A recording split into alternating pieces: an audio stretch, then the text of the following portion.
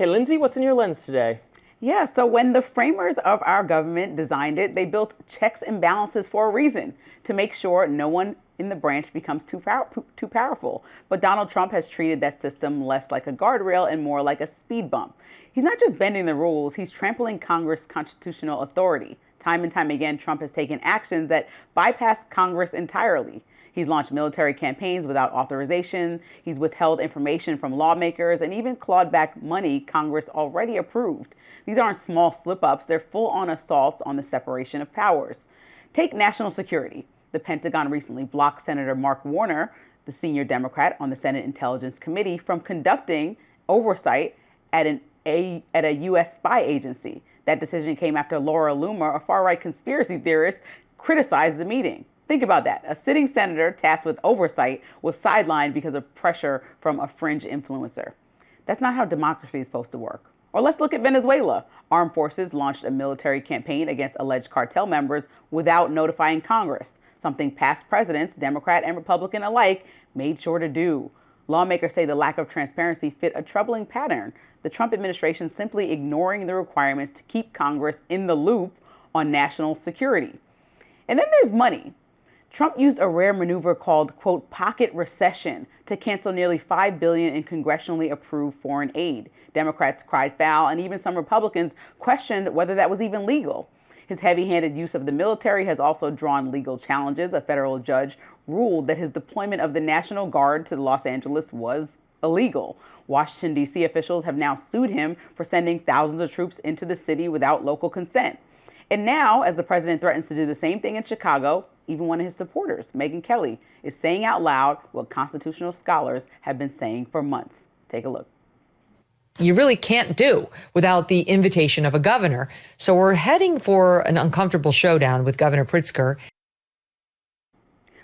The same goes for Iran. When Trump ordered strikes on nuclear facilities there, both Democrats and Republicans raised red flags. Take a look at House Minority Leader Hakeem Jeffries' response. Donald Trump and the administration chose to ignore the Constitution. And so they're going to have to come before Congress and explain their justification for an offensive military strike against Iran.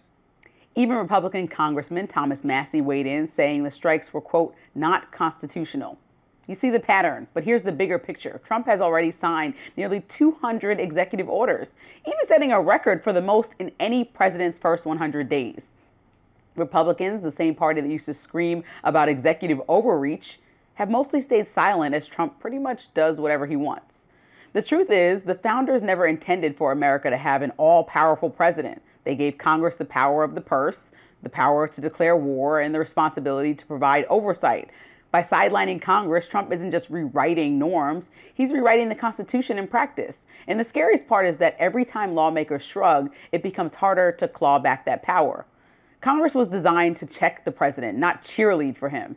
When it fails to do that, we don't just weaken a branch of government, we weaken the very system that's supposed to keep presidents honest.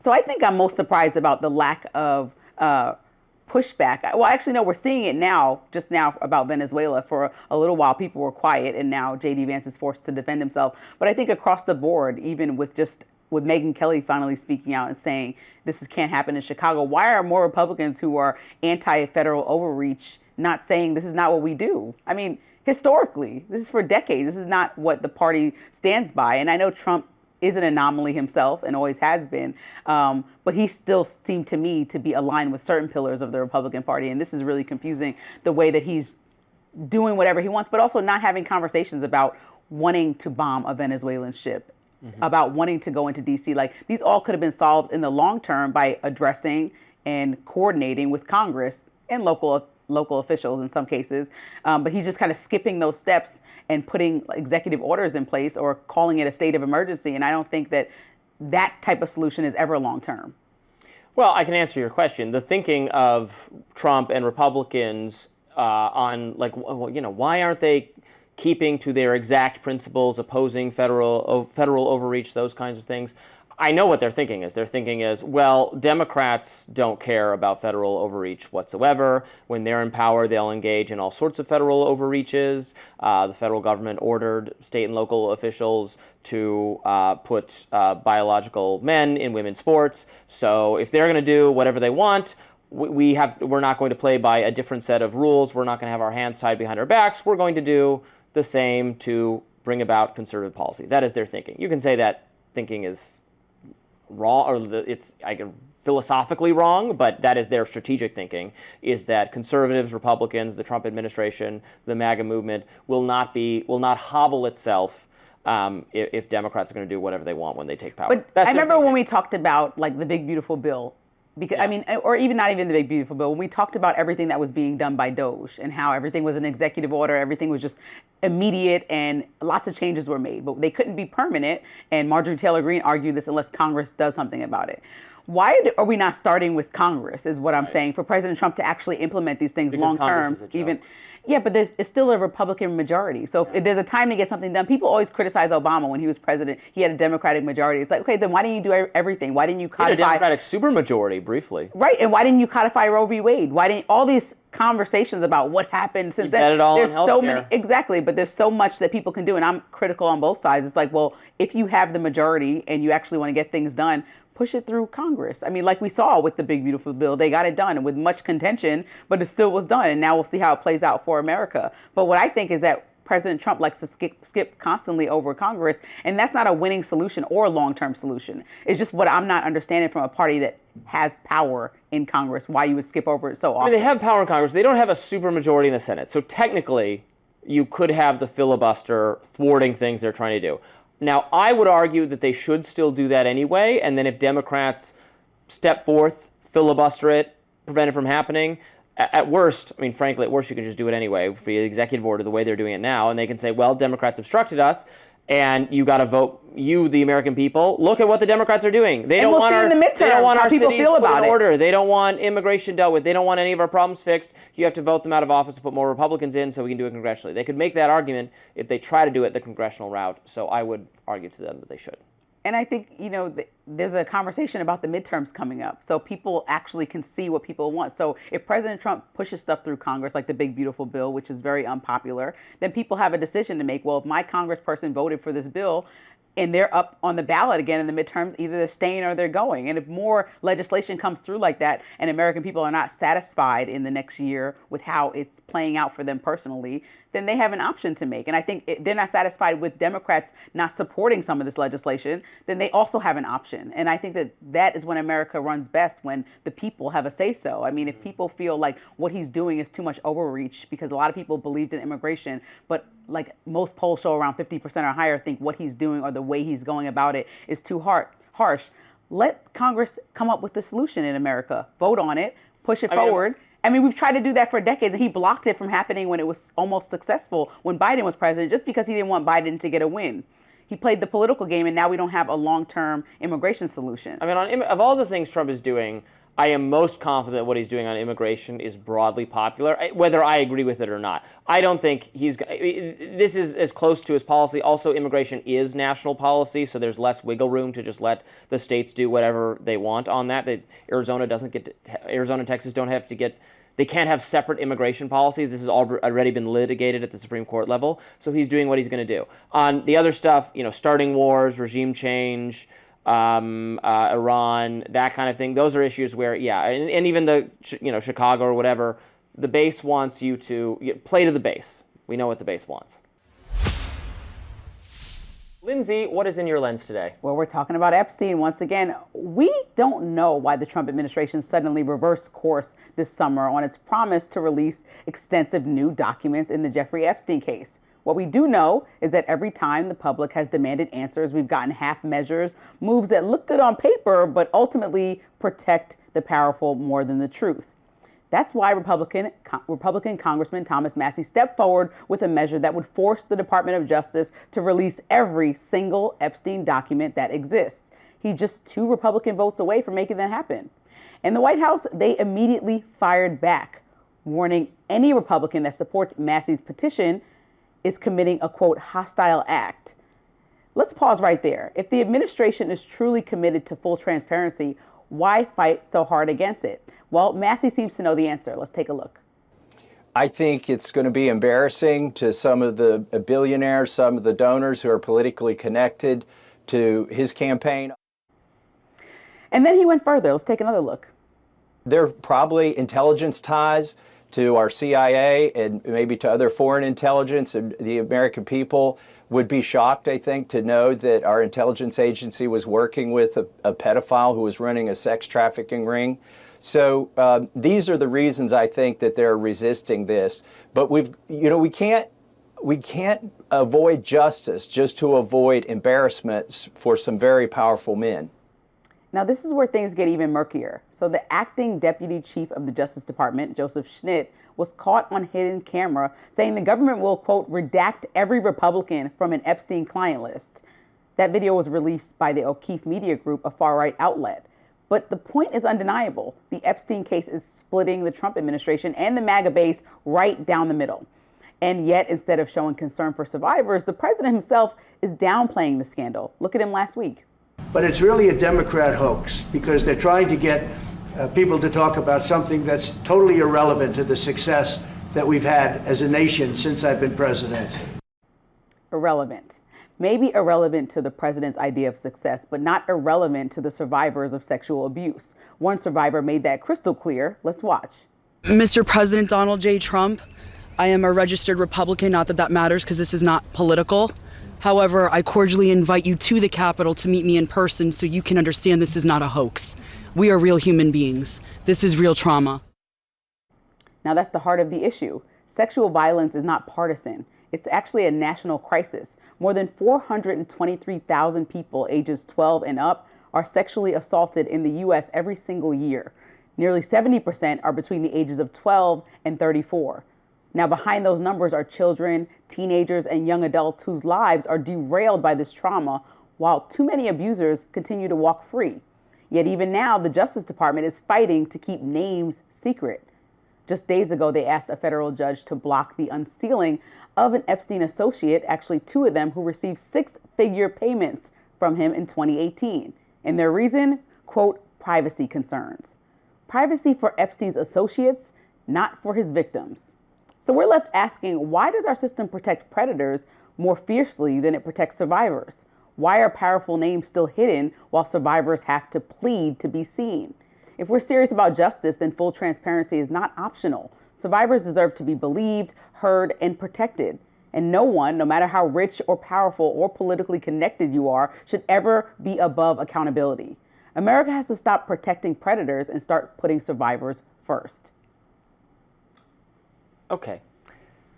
Why do we even need to wait for Congress to do anything?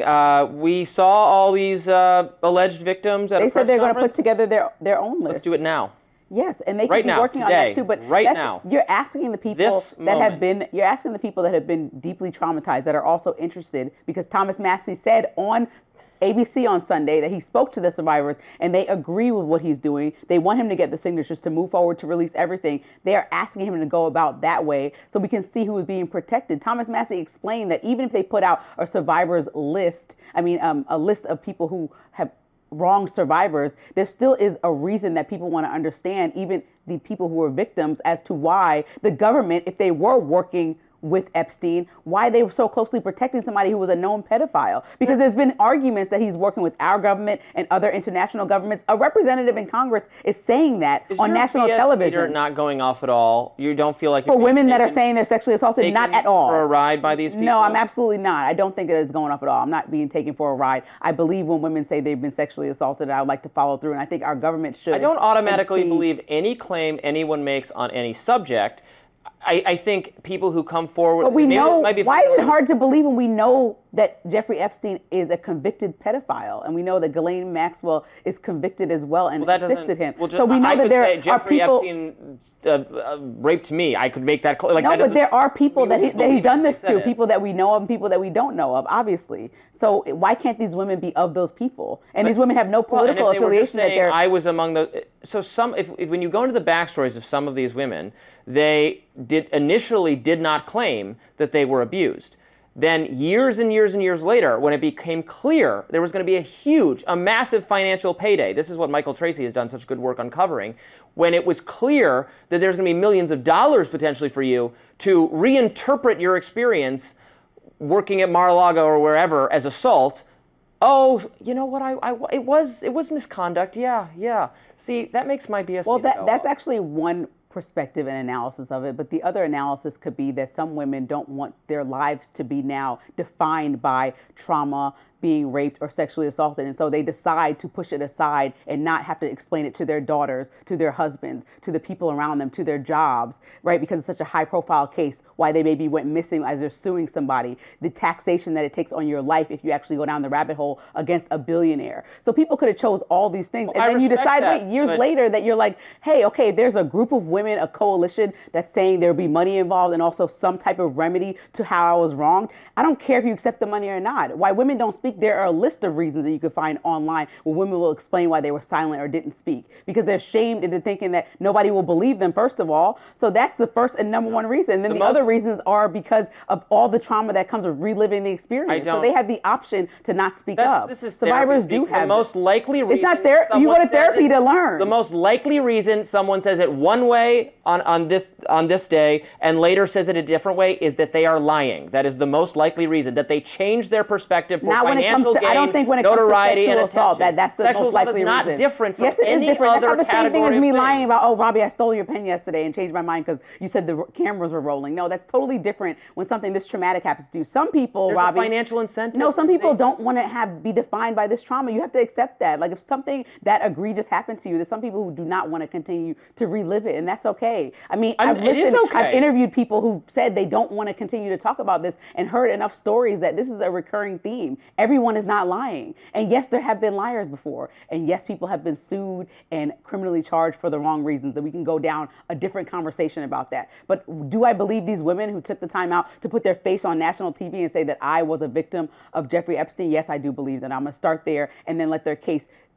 I believe them, okay? And Epstein is guilty already. It's not innocent until proven guilty. He's already guilty of doing this to multiple women. But they're not accusing Epstein. They're accusing anonymous other figures that they won't exactly say who. Right, they want to know who else was around. So Epstein wasn't just doing these trips by himself. He wasn't just getting massages alone. We know all this information. Claims presented without any evidence can be dismissed. You last week said that these women are not naming names because they will get sued out the gazoo. That's what you said to me last week. You think that if they say out loud that they will say the names, that they probably will get sued by whatever agreements they made. And so if that's the case, then maybe that's why they're not saying names. They're going to put a client list together for themselves because you're powerful in numbers if you all understand what happened. And hopefully they could present it to Congress where they won't be prosecuted for sharing with them. And hopefully Congress can do its job. Yeah, they took the money for a variety of reasons. And I think that speaks to your credibility to continue talking on this issue. But I favor all transparency. We can clear this up very quickly and just find out who is involved. But I think it'll be Democrats and Republicans. So what is Trump so scared of? I think it'll be billionaires. I think it'll be a lot of people. But why are we protecting them? I just don't understand the connection to protecting them, especially when there's no one to protect. Because there's nothing. It's nothing. Eventually, you are on an island with this. A lot of people believe there's something. Well, a lot of people believe there are aliens. But when those people go at that hearings and say, oh, yeah, there's all these files and all these records and all these things, then show it to me, and then they can't demonstrate that, again, my BS meter goes off. Eventually, aliens and sexual assault are not the same thing. I just told you 423,000 women get sexually assaulted every year in the U.S. Aliens, we do not see 423,000 of them every year in the U.S. Nobody's even I'm not denying that one. People get sexually all right, assaulted. So then it's not the fact that this is like aliens. Some people You're comparing a ridiculous. No, that's not even a good analogy in any world. This actually happened. Jeffrey Epstein actually committed these crimes, and these women are saying that it happened to them, and they're just asking Congress to look further into it. And if you think that's too much of a request, that's to me a little bit ridiculous when you know that he has done this to young girls. The most egregious thing. This is not about him. This is about other people. Yes, because other people were there, and like other people, there's photos, there's information about other people were there. So now other people were there, so they must have been guilty of sexual misconduct. No, we should find out if they are, and we shouldn't protect them just because they're billionaires. And if a congressman is going on national TV and saying he thinks other billionaires, Democrat and Republican, and donors are involved, then we should look into it, right? Because the last thing or the most important thing for us as the U.S. should be to protect children that were sexually assaulted, especially. No? Yes, but that's very emotionally manipulated. Like, it's for the children. No, these were Children have children. to These were believe. children. They're 14-year-olds. Show me the evidence. I will happy to change my mind if I have changed my mind in this direction because of a lack of evidence presented, even by officials over and over again who swore there was information they would release it. What I suspect is they came to the conclusion that there isn't new information, new credible information to release. So I have changed my opinion on this based on new evidence, unlike everyone else who takes any interest in this story, which no amount of lack of evidence for their position emerging So why can not just move them in any release direction. all the documents that Thomas Massey is asking for? We'll squash this, right? Good. It should be on the same team. Release it, and then but we'll be done with because it. thousands and thousands of pages of documents have already And been John released, Thune, a and senator, no is saying that he's number gonna, of documents as soon as it will makes its way to ever Senate, that he's convince gonna shut people, it down. just like no new information on the moon landing or the JFK assassination will ever convince people obsessed with this that they were wrong. Now people are obsessed. People are clearly obsessed with this. All right, Lindsay, what's in your lens today? So CBS News says it wants to get serious about bias. So the network just created a new position, ombudsman. The job description sounds reasonable. I had to look up the word myself. Someone who investigates complaints from viewers and evaluates whether their coverage is fair. But here's where it gets messy. They gave the job to Kenneth R. Weinstein. Now, Weinstein isn't just some neutral watchdog. He ran the Hudson Institute, a conservative think tank, and was Donald Trump's ambassador to Japan in his first term. He also donated tens of thousands of dollars to Republican and pro-Trump groups. Does that sound like someone who's going to come in unbiased and rebuild public trust? Or does it sound like hiring a referee who already told one team that he's rooting for them? Here's why this matters. The appointment wasn't just random. It was one of the commitments from CBS' new parent company, Skydance, that they made to Trump and the administration while pushing through its merger with Paramount. In other words, the news division's editorial structure is being shaped, at least in part, by political pressure from the White House. That's not oversight, that's influence.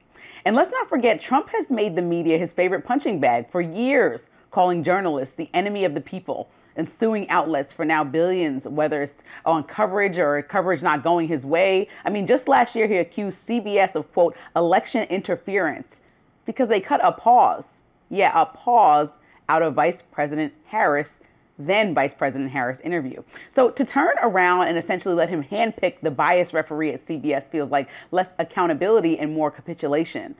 Weinstein's track record tells us exactly what kind of bias he'll be hunting for. He's a vocal defender of Israel, a critic of the Biden administration, and someone who compared the White House, when Biden was there, to the bumbling cast of Veep, that HBO show.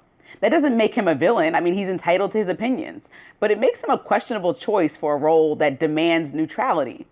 Now, to be fair, not every move that CBS has floated lately is terrible. There's been talk of bringing in Barry Weiss, who left the New York Times in a really dramatic fashion a few years back to shake up CBS News leadership. Agree with her or not, she could inject a fresh sensibility and attract a younger, digital-savvy audience. CBS desperately needs that. I mean, it's in third place behind NBC and ABC right now. But hiring Weinstein as a bias checker, that's absurd. It's like asking a Trump appointee to be the umpire in a game where Trump is constantly yelling at the refs. If CBS really wanted to restore trust, they'd pick someone who has credibility with both sides, or better yet, someone with actual experience in journalism oversight. Well, my only quibble with you here, Lindsay, the Hudson Institute is not an organization I'm super familiar with, honestly, but my understanding is this is not the Heritage Foundation. They are not explicitly Trump-aligned. Moreover, they're not with Trump on a lot of policy. They're more of a kind of Bush-era conservatism. I think you could describe them as neoconservatism. They've given a lot of money to Liz Cheney.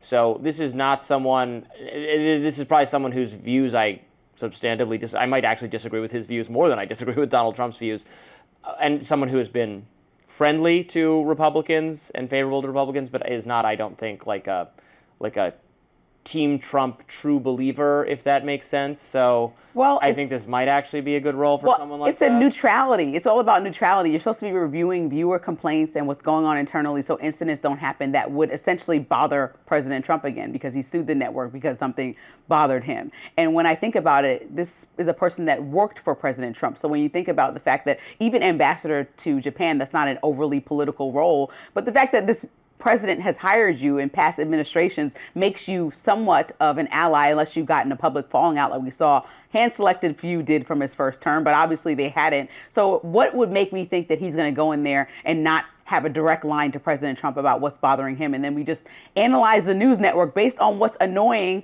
President Trump? Because we already see that, to me, they've capitulated to him too much. This is supposed to be a news outlet that kind of steps away from anything on the business side of Paramount or its larger companies, because news is supposed to question most things. And so if you're really going to come in there and have a bias check, and yes, obviously CBS, like all news organizations, make corrections and updates, that happens, right? And they're supposed to be transparent about it. Like in articles, make that clearly known that you have updated the article, or come back on air after the segment and explain the error. But I think what Trump is doing is just, when he doesn't like something, then he's going to the legal route and trying to sue a network, versus it's not about liking or not. Is it true or not? Are they reporting incorrect facts? Like with Kamala, she didn't do anything incorrect. They took a pause out. And I know we disagree what that pause means. Maybe it held a lot of weight to you, but they didn't say anything incorrect. Well, yes, we do disagree. I think the way it was edited made the answer seem more coherent than it was. But just again, to go to this ombudsman role, this is an oversight role. It's a feedback role. He's not like going to be in charge of editorial decisions, right? It's just going to be another voice in the room to say, hey, here's what I think about this. Honestly, liberal companies can benefit from having a conservative on staff to do this kind of thing. I remember when the New York Times got sued by Sarah Palin for publishing an editorial in which they repeated the, by then debunked over and over again, notion that the wounding, the shooting of Representative Gabrielle Giffords was because the would-be killer had seen that drawing on the map of targeting. That is a false idea. He had not seen that. He was not a Palin supporter. He was not a political conservative. It had nothing to do with a broader national context. But the New York Times repeated that mistake and published an editorial saying that, and Ross Douthat, who's one of the conservative columnists, sent an email to the editorial page editor that night saying, hey, I don't usually tell you when I disagree with the editorial, because I disagree with the editorial like every day, but I think that this one I not only disagree with, I think it might be like libelous, and it was in fact libelous. So that kind of feedback can be beneficial, even if you're not outsourcing your editorial decisions to a conservative. I mean, to me, it's like getting an inching closer to like state-run media. And I know that's a dramatic claim. Like, I think CBS will still be autonomous. Mm-hmm. But when we think about, like, I just watched, and not the whole thing, but feel like it was state-run media during the entirety of Democratic rule. And we can debate that anytime. But I also think, like, when I'm watching Paramount and understanding the entities that it owns, including Viacom, including MTV, like, I turned on the VMAs this weekend, which are the Video Music Awards, and LL Cool J was the host. And I stay with me for a minute. He gets on screen, and the first thing that he says at the beginning of the show is, listen, tonight is not political. Nobody make any political speeches. He kind of was like lecturing all the people that won that night, don't do it. And I was like, okay, that's fine. In music, I don't need to hear politics all the time. I honestly sometimes will agree with you that award shows did get too political. But the fact that he made a statement about it underneath the same umbrella as Skydance, which is the same umbrella as CBS, which is the same umbrella as MTV. It's all one company owned by now Skydance, a company that was just sued by President Trump. To me, it's more than just keeping music apolitical. It's a direct line that came down from the owners and the presidents of the company saying, don't do this tonight. Otherwise, this award show may be canceled because we don't want to risk being sued for $60 million again, since we're not making that much anymore. Let's be honest, award shows, news, everything is on the decline from its heyday. And so to me, that was a red flag that no one's allowed to speak their piece anymore because it's going to ruffle the feathers of President Trump. That's the message that I got from LL Cool J. You know, my friends call me LL Cool Robbie. No, they don't. I don't think they call you that ever. Ladies love Cool Robbie. That's a fake thing. I actually have a cool thing. My sister's name is Lauren. My name's Lindsay. Oh. And my little brother's name's Justin. So we call ourselves LL Cool J. Oh, I like that. You like that? That's pretty cool. Now you know. I do like That's a real LL Cool J. If you guys call him LL Cool Robbie, let us know in the comments. I need to. Everybody does. Lindsay, what's in your lens today? We are talking about Poland. So when more than a dozen Russian drones flew into Poland overnight this week, NATO scrambled fighter jets to take them down. Western officials called it a, quote, dangerous escalation of war in Ukraine. And they're right, because this wasn't just another skirmish on the border. This was history. For the first time ever, NATO forces engaged enemy targets inside Allied airspace. That's not routine, that is a turning point. Now, Poland's Prime Minister, Donald Tusk, put it bluntly. He said, quote, "We are dealing with large-scale provocation." Now, Russia claims it did not plan to hit Poland. That's a quote, suggesting its drones couldn't even reach that far. But that's simply just not true. And Poland isn't buying it either. The country has already doubled down on military spending and pledged to expand its armed forces to 500,000 troops. Now, Eastern Europe knows what's at stake. They've lived this story before. And here's the thing, Putin keeps escalating because he keeps getting away with it. As Ukraine's foreign minister put it on X, quote, "Russian drones flying into Poland during the massive attack on Ukraine shows that Putin's sense of impunity keeps growing because he was not properly punished for his previous crimes." Yet instead of punishment, Putin is actually gaining power. He was just welcomed out of isolation, traveling all the way to Alaska in August at the invitation of President Trump for what the White House called a summit to end the war. That meeting ended actually with no progress, no concessions, not even a ceasefire. And days later, Putin launched his largest missile and drone barrage of the entire conflict in Ukraine. Now, meanwhile, Trump's strategy looks shaky at best. He hasn't unleashed the heavy sanctions his own administration has floated multiple times, and the delay just keeps happening. Chris Weaver, CEO of Macro Advisory in Moscow, told CNBC, quote, "The Russian budget is actually under a lot of pressure. So if there were to be any more significant sanctions targeting Russian oil trade from the U.S., which they've talked about but not done, that would put the budget under greater pressure." It hasn't happened. So Putin must feel free to flex. Just a few days after his Alaska meeting with Trump, he was pictured shoulder to shoulder with Xi Jinping and Kim Jong-un at a Chinese military parade. Think about that. The leaders of Russia, China, and North Korea standing in lockstep, a not-so-subtle message challenging U.S. power on the world stage. Meanwhile, Ukraine waits. Kiev has watched deadlines come and go, deadlines that Trump actually set himself, like the August 8th deadline for Russia to end fighting with no consequences for Moscow. Remember, he told us that he would solve the war in 24 hours while campaigning. Well, it's September 11th. The war is not only unsolved, it's escalating. And here's the reality. Putin's message is clear to Ukraine, to Europe, and to Trump. I won't back down. He wants us to believe that he alone can dictate and will dictate the terms of peace. Now, the real question is whether the West, and specifically the U.S., will let him.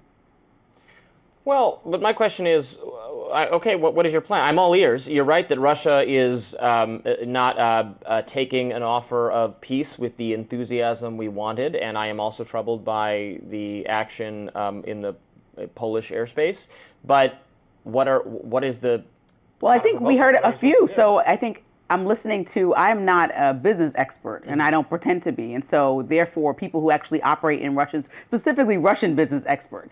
But when you operate in that space and you're a consultant in Russian territory and you go on CNBC and somebody tells you, yeah, I think the sanctions would actually put Russia at a disadvantage if Trump ever implemented them to the level he said he's going to do. I mean, Robbie, that's your opinion that it won't work. But if Trump squeezes them and actually convinces other countries to stop doing business that are in NATO with Russia, then we'll be in a position where Russia now has to come to the table with a realistic solution. No one can find of sanctions ever working. They cannot ever continuously just say that Putin is allowed to do whatever he wants, especially when all the European leaders have come to the White House alongside Zelensky and said what their interests are. And so as we see them, so we're just going to allow him. I don't like that it rained yesterday, but it did. I know, There's no power. I can be mad about it. I was mad about it. I got wet on the way here, but it's like, oh well, what can I do? It's not as solidified as rain, right? We have no control over that. We do have control over allowing Putin to continue to just do whatever he wants, because at the end of the day, with multiple powerful countries involved and then just Russia,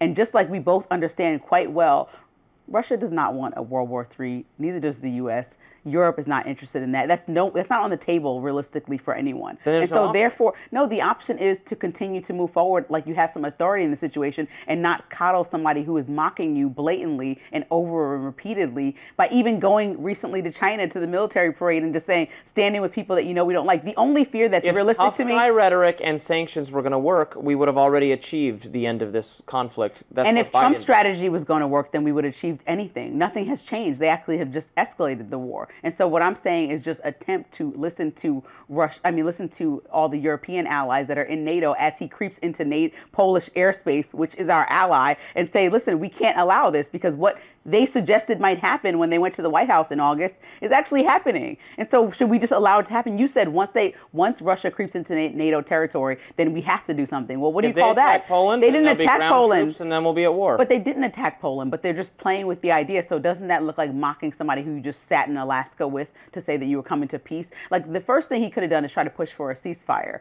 But President Trump just took it off the table after he met with Putin and just said, listen, Putin doesn't want to do that. Let's just end the war. And then weeks passed, and then he continued to barrage and drone strike Ukraine and did nothing, and then met with dictators, took a picture for one of the first times with all three of them together in history, and is still mocking you, and nothing's changing. And so how does that make you look when you went on the campaign trail and mocked Biden for his lack of solving this and said you can do it in 24 hours? Even if that was an overstatement, we are so far past the 24-hour deadline, months passed, and you've done nothing to change it. It's only escalated, and that's your friend, it's not his, right? That's his associate. Fault that it's escalating. But that's his associate that he has such a great relationship with, right? So why is it not? It's the leader of a rival country. They both said they have a Trump great is relationship trying with one to another. So what is wrong with your negotiating skills that we haven't gotten this done? Otherwise, try the sanctions is what I'm saying. Because you tried everything else and that's not working. Try the extreme dramatic sanctions that you had sanctions on Russia under Biden. Try to escalate them even more than under Biden and see what happens. Because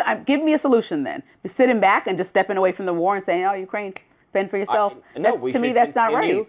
To try to persuade Vladimir Putin to accept a ceasefire, to unfortunately keep the territory that they've gained, and commit to allowing the rest of Ukraine to be defended by European countries. And what should we say in response to them flying drones over and having them strike down by NATO over Polish territory? Should we say nothing? Because Trump hasn't said much about that. Should we not say don't do that to our ally? I'm incredibly frustrated with the Russian government. The reality is there's not a lot we can do because Russia is in such a strong bargaining position, because they were winning this war throughout the course of the Biden administration, when peace was an option that was overlooked by the previous presidency, because Biden was committed to defending Ukraine to the last man, giving them whatever they needed, and fighting this out. And now Ukraine is losing. They're in a difficult position, and the incentive for Russia to negotiate is extremely low. We should keep trying to do that. I am not optimistic that it will succeed, but they should keep doing it because there's no other option. The only other realistic option to stop the entire country from being conquered is all-out war, which we are not willing to do. This kind of tough guy rhetoric, stop coddling them, be meaner to him, sanction him, it's not going to make a difference. I don't believe it's going to make a difference. But money talks the loudest, right? And so if we are tightening the wallet, Europe would need to cut off, at a minimum, accepting Russian energy. Across the board, if we figure out all the ways. But my point is that you can request a lot of Europe, who's requesting a lot of the U.S., but the U.S. can also step up to the plate, and they can come together with a realistic solution and actually go to Europe and say, we're putting a little bit of strong arming so that you can come to the table realistically, because you're just saying exactly what you want. And I think bowing down to a dictator is not the position that the U.S. has taken in the past, and surely not a position that we should start taking in the future just because President Trump wants a Nobel Peace Prize. Well, Trump wanting a Nobel Peace Prize is a good incentive, and if Trump decides to return to sanctions, that's his prerogative. I have very little faith that that's going to yield a different result at this point.